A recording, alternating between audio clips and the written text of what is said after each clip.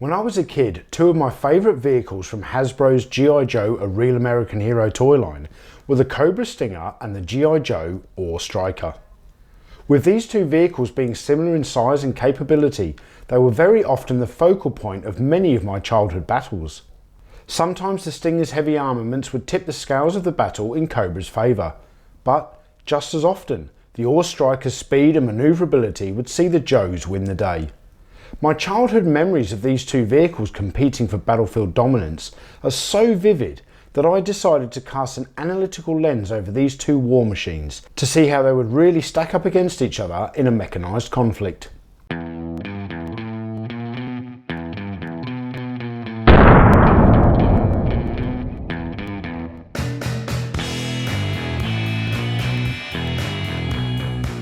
Hello toy fans, my name is Tony and welcome back to the Analog Toys YouTube channel and the feature of today's vintage toy review, the G.I. Joe Armour Striker versus the Cobra Stinger. Catching Cobra's really tough, you know, and Cobra's up to something bad with G.I. Joe! Cobra! Cobra blew up the bridge! Bridge layer to the rescue! The Armour Striker will catch him! Introducing the new Joes, Barbecue and Shipwreck. We're gonna stop Cobra this time! G.I. Joe! After him! Joe! G.I. Joe Bridge Layer comes with driver, or Striker comes with driver. Other figures and equipment sold separately from Hasbro.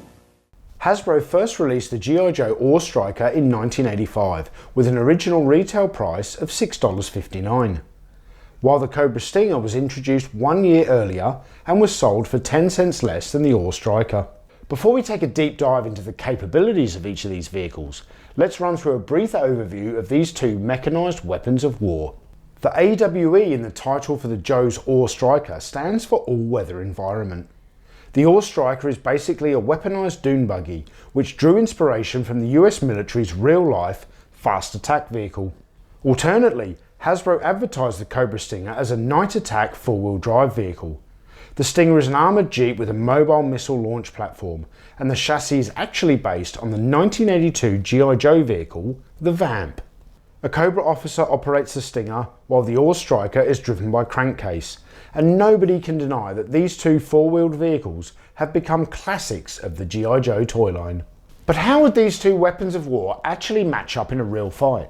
Well, today we're going to compare the two by looking at speed and range, manoeuvrability, armour, haulage capacity, weaponry and driver capability.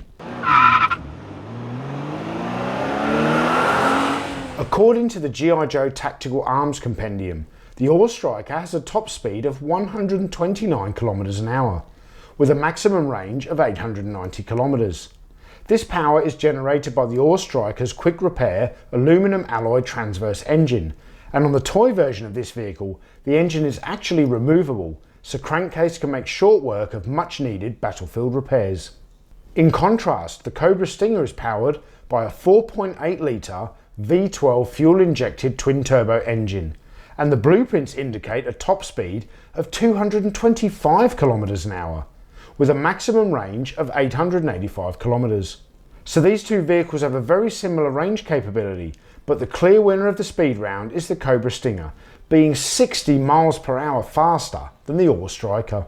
Next up, let's see how well these vehicles handle across rugged battlefield terrain. As advertised by Hasbro, the Cobra Stinger is a four-wheel drive vehicle that has been decked out with off-road tyres. However, the toy version of the Stinger is incapable of steering and has no suspension. On the other hand, the toy version of the Armour Striker has steerable front wheels and excellent rear suspension. Neither the blueprints for these vehicles nor the G.I. Joe Tactical Arms Compendium give much information on manoeuvrability for either vehicle, so in this round we're going to have to base our decisions solely on the toy versions, and in this case the Armour Striker is the clear winner. Throughout the 1980s, G.I. Joe and Cobra were locked in constant battle, and if you're continually getting into vehicular firefights, you better hope those vehicles are armoured. If I were Crankcase, I'd want to make sure I brushed up on my camouflage and concealment skills, because the Armour Striker has no armour to speak of. The best tactic he could employ would be to hide out, make a quick guerrilla-style attack on an unsuspecting Cobra convoy, and then bug out as fast as possible.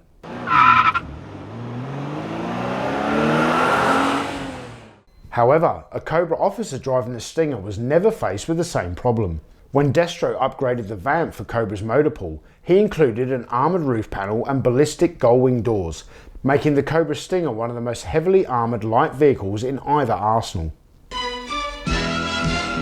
G.I. Joe will return after these messages.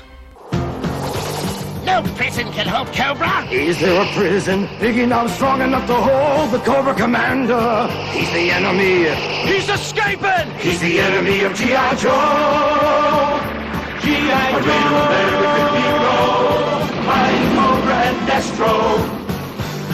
Our new team is ready, Commander. No, Destro, not quite. What does Cobra Commander mean? Find out in the further adventures of G.I. Joe from Marvel Comics. Now, back to G.I. Joe. It doesn't matter if you're a Snake or a Joe. When you head into battle, you want to take as many troops with you and as much equipment as possible. The Ore Striker has seating for a driver and a navigator, as well as twin lateral battle platforms for extra Joes to ride on either side of the vehicle. This brings the total haulage capacity of the Striker to 4 Joes. The Cobra Stinger also has seating for a driver and passenger, as well as a rear-mounted battle platform for 2 extra Cobra troops. This means that both vehicles carry a total of 4 action figures. However, unlike the Ore Striker, the Cobra Stinger also has towing capability, so it can haul the Cobra Asp to the front line of the battlefield. And now we get to the fun part. Let's take a look at the weaponry of the Ore Striker and the Cobra Stinger. The G.I. Joe blueprints state that the Ore Striker is equipped with a 10-round 70mm automatic launcher, which provides a high rate of fire as well as a fast reload capability, and is aided by an advanced infrared sighting camera.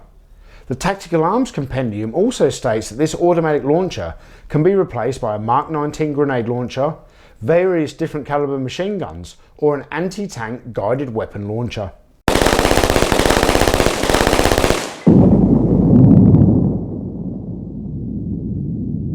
This weapon system is completely different to the Cobra Stinger, which is armed with 4 ground-to-air rockets mounted on a launcher with 360-degree rotation. While these projectiles pack a much bigger punch than the Striker's 70mm launcher,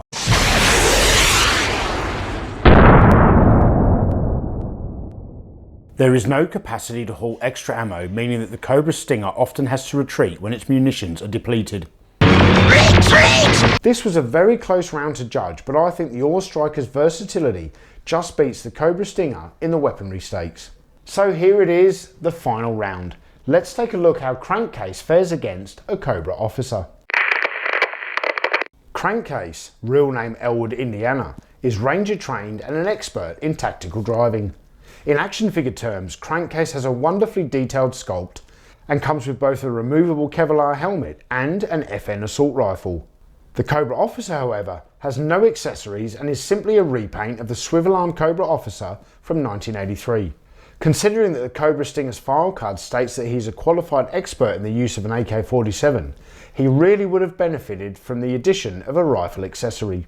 Although the Stinger driver is a very cool looking figure with a new paint scheme that I really like, Crankcase wins this round due to his awesome accessories. So after 6 rounds of scoring, let's see who wins. Will it be the G.I. Joe Ore Striker or the Cobra Stinger? Firstly, the Ore Striker comes away with 25 out of a possible 30 points. And as for the Cobra Stinger, well, the Snakes also scored 25 points, making this a draw and really cementing the reason behind why these two vehicles gave me so much fun as a child. They really were perfectly matched.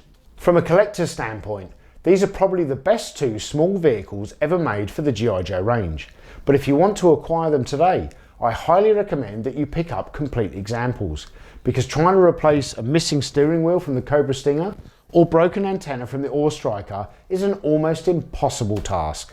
Both of these vehicles made numerous appearances in the Marvel G.I. Joe and Action Force comics, as well as regularly appearing on screen in the G.I. Joe Sunbow cartoon. Right now, all I care about is that Awe Striker.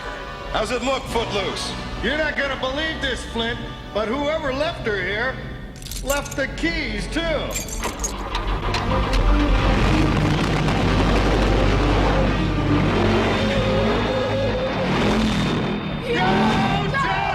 The Cobra Stinger became the standard Jeep in Cobra Command's arsenal, and its gorgeous black, grey and red colour scheme really makes it pop on a Joe collector's toy shelf. While the Ore Striker is an immensely popular G.I. Joe vehicle and a worthy addition to any vintage toy collection. So that's our review of the G.I. Joe Ore Striker and the Cobra Stinger. Did you agree with our score? Please leave us a comment in the section below, and if you like this video, hit the like button. And don't forget to click subscribe to stay up to date for more vintage toy goodness.